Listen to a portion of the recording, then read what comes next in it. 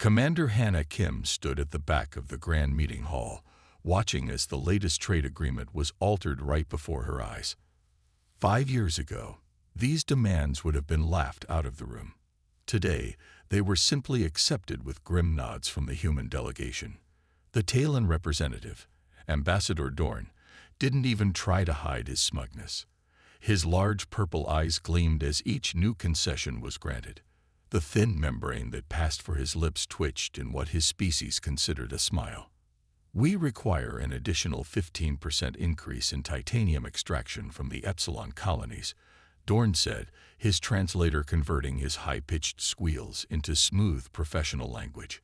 "The previous rate is no longer sufficient for our expansion needs." No one mentioned that this would force human miners to work in dangerous conditions for even longer hours. No one brought up that the compensation was being reduced at the same time. Hannah gripped her datapad tighter, feeling the material strain under her fingers. She quickly relaxed her grip before she damaged it. Always careful, always controlled. That was the human way now. 15% seems high, said Director Park, the chief human negotiator. Perhaps 10 would be more reasonable. Dorn's eye membranes fluttered in what humans had learned was amusement. 15 is already a compromise. We initially calculated 20 as appropriate. They all knew it was a lie. Hannah had seen the real Talon estimates. They had originally planned to ask for 12%, hoping to get 8. Now they would get 15. Hannah stepped forward and handed Director Park a note. He read it and sighed quietly before nodding. "Very well. 15% it is." After the meeting, Hannah found herself in the observation deck of the space station, looking down at the blue-green world below. New Eden was one of humanity's most successful colony worlds, rich in resources with a gravity just slightly higher than Earth's. Perfect for humans, challenging for most other species in the Federation. "Commander Kim," a voice called from behind her. "I thought I might find you here." Hannah turned to see Captain Jun Lee of the Colony Defense Force. Unlike her formal diplomatic uniform, he wore the practical gray and blue of the military. "Captain," she greeted him with a nod.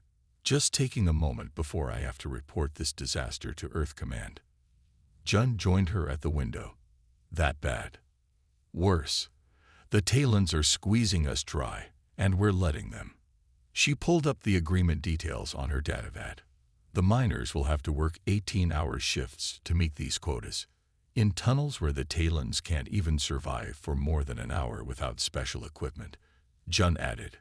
"Because we're Deathworlders." The term had once been scientific, a simple classification for planets with harsh conditions. Somewhere along the way, it had become something else. A way to mark humans as dangerous, frightening, different. "I wish they could see Earth's history," Hannah said quietly. "We've been fighting for peace among ourselves for thousands of years. We finally achieved global unity just in time for first contact. And now we're the scary monsters who need to be kept in check." Jun finished. "Have you seen the latest Federation security protocols? Any ship with more than 10 humans requires special clearance at most ports." A group of Talon diplomats passed by, their hover platforms keeping them at a comfortable height. They gave the 2 humans a wide berth, despite the hallway being more than large enough for everyone. "I've had enough of this," Hannah said through clenched teeth. She pulled up another document on her datapad. "Look at the mineral export records. We're sending out 3 times what we report to the Federation." Jun's eyes widened. "That's against treaty regulations. Because if they knew our true production capability, they'd demand even more. We downplay our strength, our endurance, our capabilities in everything. And what has it gotten us? Exploitation." Jun glanced around to make sure they weren't overheard. "What are you suggesting?" "Nothing yet, but I'm sending a full report to Earth Command. The tolerance protocols were meant to ease other species' fears, not set us up for endless exploitation." Hannah's dark eyes flashed with determination. There has to be a middle ground between scaring the Federation and being treated like pack animals. As if to emphasize her point, a Talon supervisor floated by. directing a team of human workers carrying cargo that would have required machinery for any other species. The supervisor didn't even acknowledge the strain on the workers' faces. "Commander," Jun said quietly, "many of us in the Defense Force have been thinking the same thing. Maybe it's time humans stopped pretending to be less than we are." Hannah nodded, looking back at the beautiful planet below. A world where humans could run freely under the open sky, breathe the slightly denser air, and feel the heavier gravity as a comfortable embrace rather than a burden. "Something has to give," she said, her voice firm with new resolve. "And I don't think it should be us anymore." Lieutenant Ta Sung sat motionless in the conference room as the Voral extremists moved among the hostages. His hands were bound behind his back with restraints meant for Caldarians, a species known for their incredible strength. For any normal being, these restraints would be impossible to break. Ta knew he could snap them in seconds, but years of training kept him still. "Remain calm," he whispered to the frightened human diplomat beside him. "Help will come." 6 Vorals patrolled the room, their scaled bodies reflecting the harsh overhead lights. They moved with confidence, certain their hostages posed no threat. Humans were known throughout the galaxy as diplomats and peacemakers, dangerous only because of their strange home planet, not because of any aggressive tendencies. "Your Federation thinks they can push us to the outer rim," hissed the Voral leader, whom the others called Keth. His red scales darkened as he spoke, a sign of anger in his species.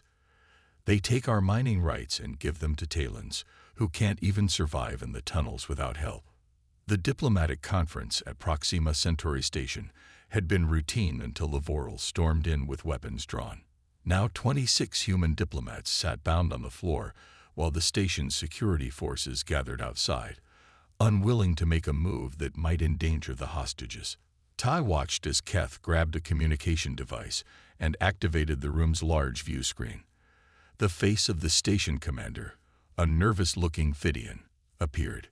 "We demand restoration of all Voral mining rights in the Capella sector," Keth said.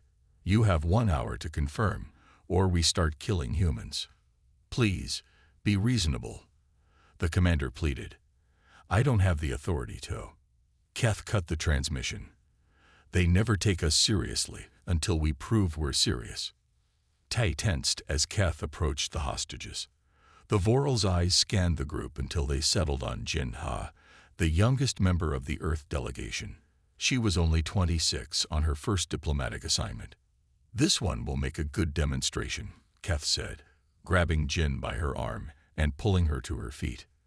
"Wait," Ta said, keeping his voice measured and calm despite the adrenaline beginning to pump through his system. "She's a junior attaché. Take me instead. I have higher clearance." Keth looked at him with what might have been amusement.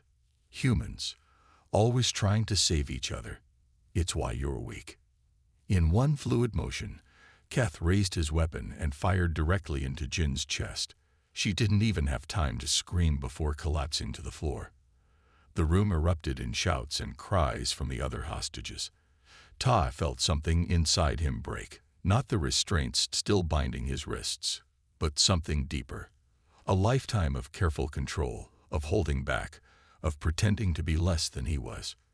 He looked at Jin's lifeless body, at the shocked faces of his fellow humans, at the smug expression on Keth's face. In that moment, Lieutenant Ta Sung made a decision. The restraints snapped with a sound like a gunshot. Before the nearest Voral guard could turn, Tai was on his feet.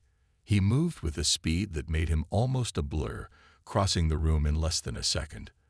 The first guard went down with a precisely aimed strike to the junction where scale met flesh. "Restrain him," Keth shouted, raising his weapon again.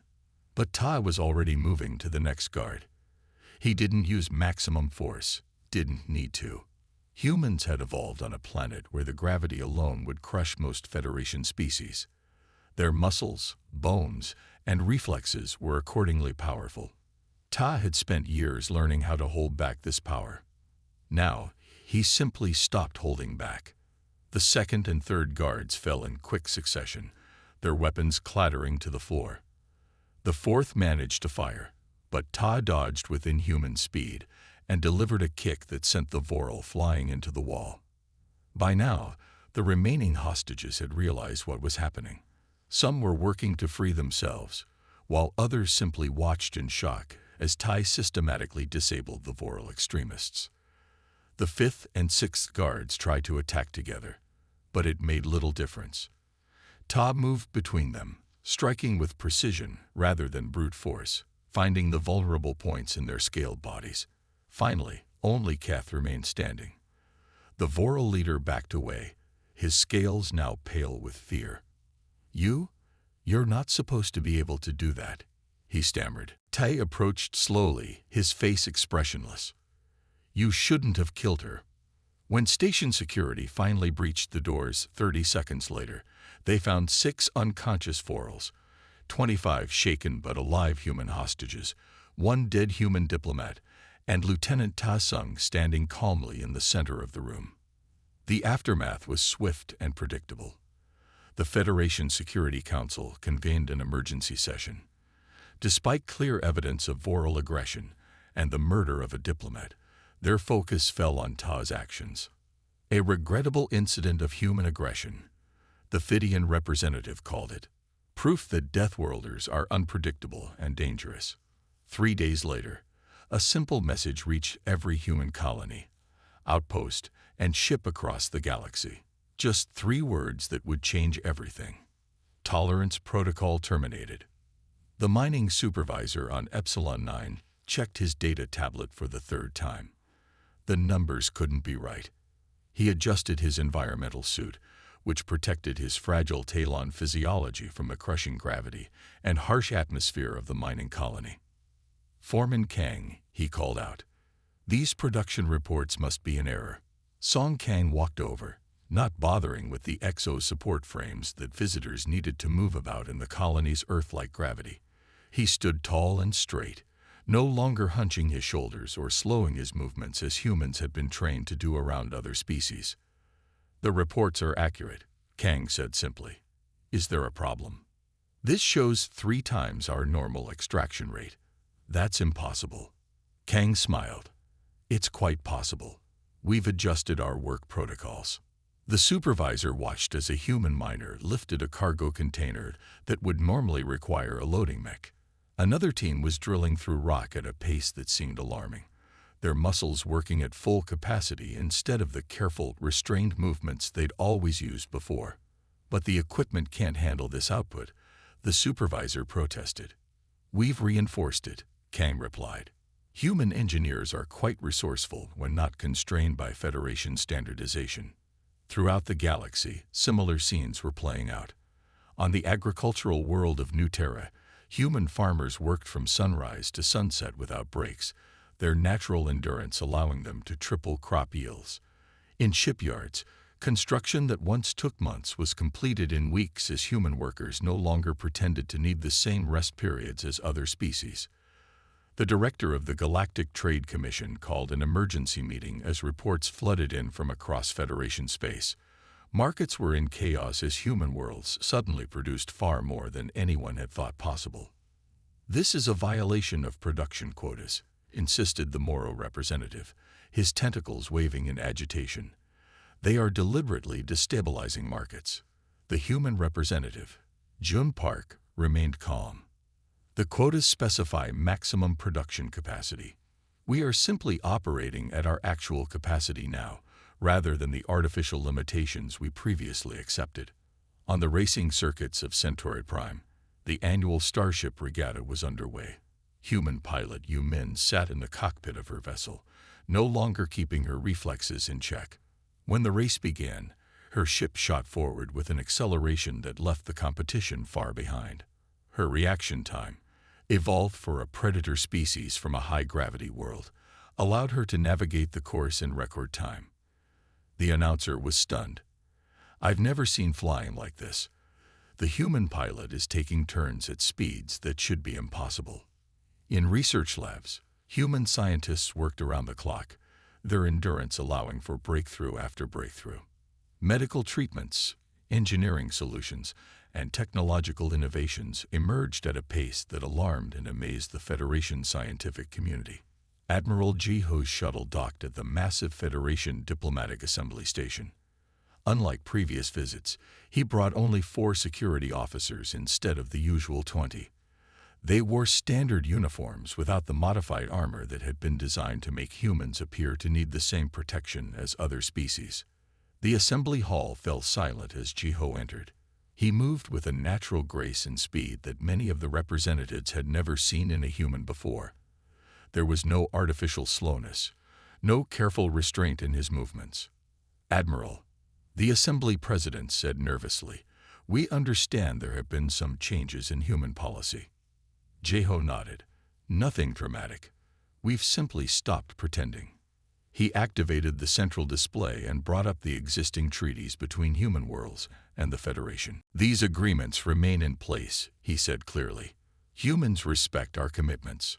However, all provisions based on false assumptions about human capabilities are now open for immediate renegotiation." The Talon ambassador rose. "This is highly irregular.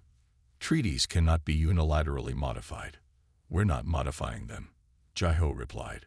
"We're correcting them. For decades, humans have accepted terms based on a deliberate underrepresentation of our abilities. That accommodation ends today." He displayed production statistics from human worlds. "This is our actual baseline capacity. All future agreements will be based on these real figures, not the artificial limitations we previously accepted." A murmur ran through the assembly. The Phidian representative's voice rose above the others. "This is tantamount to deception. You've been hiding your true capabilities from the Federation." Jiho's expression remained neutral. "With respect, we hid nothing. Our physical characteristics are well documented in xenobiology texts. Our home planet's conditions are recorded in every astronomical database. You chose to believe what was convenient, that beings from a death world would somehow be equivalent to species from garden worlds." He gestured to his security team. "One of my officers can demonstrate by lifting this podium, if you require proof." No one took him up on the offer. Earth and her colonies are renegotiating from a position of reality, not accommodation, Jiho concluded. "We expect fair treatment based on our actual contributions to the Federation, not on fear or prejudice about our origins." As the Admiral left the assembly hall, the representatives broke into urgent, worried discussions. The sleeping giant they had patronized and exploited for years was finally awake. Not angry, not violent, but simply no longer willing to pretend. In his private quarters, Jiho received a transmission from Earth Command. "How did they take it?" asked the Secretary General. "Exactly as expected," Jiho replied. "Fear, followed by calculation. They're already trying to figure out how to turn this to their advantage." "And will they?" Jiho smiled slightly. "No, because for the first time, we're not letting them." The Moro battle cruiser Decisive Victory dropped out of faster-than-light travel near Jupiter's moon Europa. Commander Clev stood on the bridge, his 4 arms crossed in satisfaction as 23 warships followed his flagship into the Jupiter system. "Scans show the human outpost has minimal defenses," his sensor officer reported, just as intelligence predicted. Clev's mouth tentacles curled in what passed for a smile among his species. The military exercise had been carefully planned. The Moro hegemony needed to remind these newly assertive humans of their place in the galactic order. Europa, with its valuable water mining operations, made a perfect target for such a demonstration. "Take us into standard formation," Clev ordered. "Begin broadcasting exercise notifications on all Federation channels." The notification was just for show. By the time any human reinforcements could arrive, the Moro fleet would have completed their exercise, a show of force that would involve destroying a few unmanned satellites and buzzing the colony domes just below the icy surface. "Commander," the communications officer called out, her voice rising with confusion. "We're receiving a transmission from directly ahead, but there's nothing there." Clev moved to the forward viewport. The space ahead appeared empty, just the gleaming white surface of Europa against the massive backdrop of Jupiter. "Put it through," he ordered. The main screen lit up to show a human female in a crisp blue uniform, seated in what was clearly a starship command chair. "Moro vessel decisive victory.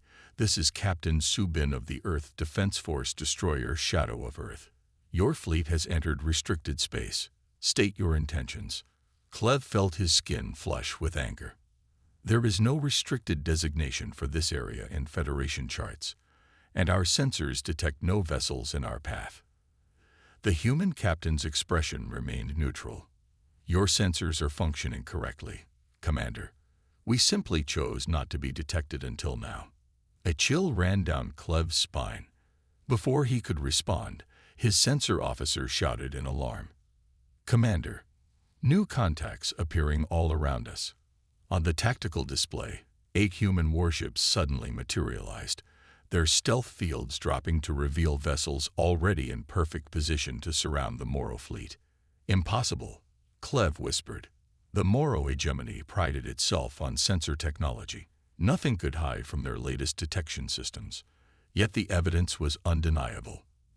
The human ships had been there all along, invisible to their sensors. "We've been here for 6 days," Captain Subin informed them, her voice calm but firm. "We chose not to advertise our presence, just as we choose now to suggest you find another location for your exercises." Clev's mind raced. 6 days. They had only finalized the exercise plan 5 days ago. Somehow, the humans had known their intentions and positioned a fleet before the Moros even departed their home system. "This is an act of aggression," he blustered, though he knew his position was weak. "We have every right to conduct exercises in neutral space." "Of course you do," Subin agreed pleasantly. "And we have every right to protect our interests. Perhaps you didn't receive the updated Federation notifications. This area is now under human protection due to the critical water processing facilities on Europa." She tapped something on her console, and data streamed to the Moro ship. It was all there, properly filed documentation with the Federation Security Council, established just 3 weeks earlier. "We would be happy to escort you to a more suitable location for your exercises," Subin continued. "Perhaps the Saturn system. It's quite beautiful this time of year and uninhabited." The message was clear. The humans knew exactly what the Moros had planned, had anticipated it, and had chosen a measured legal response that left Clev with no options. "That won't be necessary," Clev said stiffly. "We will relocate our exercise." As the Moro fleet turned to withdraw, Clev noticed something else. The human ships moved with a precision and coordination he had never seen before. Their engines pulsed in perfect synchronization as they maintained their escort positions. Back on his home world 3 days later, Clev faced the hegemony's military council. The intelligence director looked grim as she presented her findings. "The humans weren't just hiding their physical capabilities," she explained. "Their ships have always been operating at reduced power and efficiency. What we saw at Europa represents their actual technological level." She displayed analysis of the human vessel's movement patterns. "Their reaction times are 3 times faster than our best pilots. Their coordination suggests either a hive mind or communications technology far beyond our understanding." The Supreme Commander leaned forward.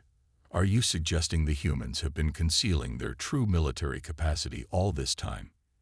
"Yes," the intelligence director replied, "but not through deception. They simply operated at lower efficiency to match the rest of the Federation. Now they've stopped holding back." Across human space, similar realizations were dawning. On the Talon trade hub of Proxima Station, human merchants now negotiated from positions of strength, their goods commanding prices that reflected their true quality and scarcity. Treaties that had once heavily favored other species were being rewritten with terms that recognized human capabilities. In the Galactic Sports Federation, new categories were being created after humans swept every endurance and strength competition. What had once been seen as occasionally impressive performances were now understood to be humans deliberately underperforming to allow other species a chance. On Earth itself, Admiral Jiho reviewed the reports from across human space. The transition had been remarkably smooth. No wars, no violence, just a calm assertion of humanity's actual place in the galactic community. The Moro incident went as expected. He asked his aide. Captain Su Bin handled it perfectly, the aide confirmed. They withdrew without escalation. Our analysts believe they finally understood the message. Jiho nodded. Good. We never wanted fear, just respect. Ambassador Min Sun stood before the great circular chamber of the Galactic Federation Council. Representatives from over 200 species watched her from their seats. Some looked worried. Others seemed angry. A few appeared curious. The grand hall, with its high ceiling and gleaming walls, had never felt so quiet. 1 year had passed since the incident at Proxima Centauri. 1 year since Lieutenant Ta Sung had shown the galaxy what humans were truly capable of. 1 year since humanity had stopped pretending. Min took a deep breath. She did not need the breathing exercises that human diplomats had once used to appear slower and less threatening to other species. Today, she simply stood tall and spoke clearly. Honored representatives of the Galactic Federation, she began. I thank you for convening this emergency session. Many of you expected me to come with demands for special treatment or payments for past wrongs. I am here instead with a proposal that will benefit us all. She activated the display behind her, showing the title of her proposal, the Capability Transparency Act. For too long, relations between our species have been built on fear and false assumptions. Min continued. Humans have hidden our true abilities to make others comfortable. Other species have hidden their true strengths and weaknesses to gain advantages. This has led to mistrust and exploitation. The Phidian representative interrupted, his voice sharp. Humans are the ones who suddenly revealed hidden capabilities. You deceived the entire Federation. Min remained calm. We did not deceive anyone. The data about Earth's gravity, atmosphere, and biological conditions has always been available. We simply accommodated others' comfort by restraining ourselves. That accommodation was mistaken for weakness. She moved to the next slide, which showed images of human colonies now operating at full capacity. Mines producing 3 times their previous output. Farms growing food at rates that had solved hunger on 12 Federation worlds. Human ships protecting trade routes once plagued by pirates. In the past year, human productivity has created wealth for all species, Min said. Human security forces have made trade safer for everyone. We did not use our capabilities to dominate, but to contribute. The Voral representative spoke next, his scales darkening with emotion. After what your Lieutenant Sung did to our people. After your people murdered an unarmed diplomat, Min corrected firmly. The Federation's own investigation confirmed this. Yet the official record still calls it a regrettable incident of human aggression. This is exactly the problem my proposal addresses. She continued to the heart of her presentation. The Capability Transparency Act has 3 simple principles. First, all species must accurately report their biological capabilities in Federation records. Second, treaties and agreements must be based on these accurate assessments. Third, accommodation of differences should be recognized as courtesy, not weakness. The chamber filled with murmurs. Some representatives leaned forward with interest. Others consulted urgently with their aides. Deathworlders don't want domination, Min explained, using the term that had once been used to marginalize humans. We want honesty. We endured centuries of diplomatic fiction because we valued peace above pride. We still value peace, but now understand it must be built on truth, not pretense. The Moro representative, still embarrassed from their failed show of force near Europa, spoke up. And if we refuse this transparency, what then? Nothing, Min replied simply. Humans will continue to operate at our actual capacity. We will continue to honor our commitments and defend our interests. But imagine a federation where all species can do the same without fear or deception, where the Ilani can proudly use their superior mathematical abilities instead of hiding them, where the Talons can acknowledge their atmospheric needs without shame, where strengths are celebrated and weaknesses are accommodated without exploitation. As she spoke, Min noticed something changing in the room. The tension was easing. Representatives were nodding. Even species that had been most alarmed by human capabilities seemed thoughtful rather than fearful. The Federation president called for a preliminary vote. The results appeared on the main screen. 189 in favor, 32 opposed, 14 abstentions. The proposal will move to committee for refinement, the president announced. But the will of the council is clear. The era of deception is ending. As the session concluded, Min gathered her materials. She felt a presence beside her and turned to see the Talon delegate, once one of humanity's most dismissive critics. Ambassador Min, he said, his voice translator conveying a tone of respect she had never heard from him before. I wish to speak frankly. Of course, she replied. We misunderstood restraint for weakness, he admitted. An error we won't repeat. Min smiled. That's all we ever wanted, to be seen for what we are, not feared for what we might become. Later that evening, Min stood on the observation deck of the council station, looking out at the stars. Admiral Jiho joined her, his uniform crisp as always. Congratulations, he said. The vote was better than we expected. Fear is exhausting, Min replied. I think everyone was ready for something different. What happens now? Jiho asked. Min watched a human transport ship dock at the station. Unlike before, it moved with natural speed and efficiency, no longer pretending to be slower than it was. Yet it caused no alarm. The other ships simply adjusted to its presence. Now we build something better, she said. Something based on truth. As they stood there, a group of young diplomats passed by, human, Talon, Voral, and others, talking easily together. The humans walked at their natural pace. The Talons hovered at their comfortable height. The Vorals moved with their characteristic quickness. No one pretended to be other than what they were. The humans hadn't conquered the galaxy. They had simply stopped pretending to be conquered by it.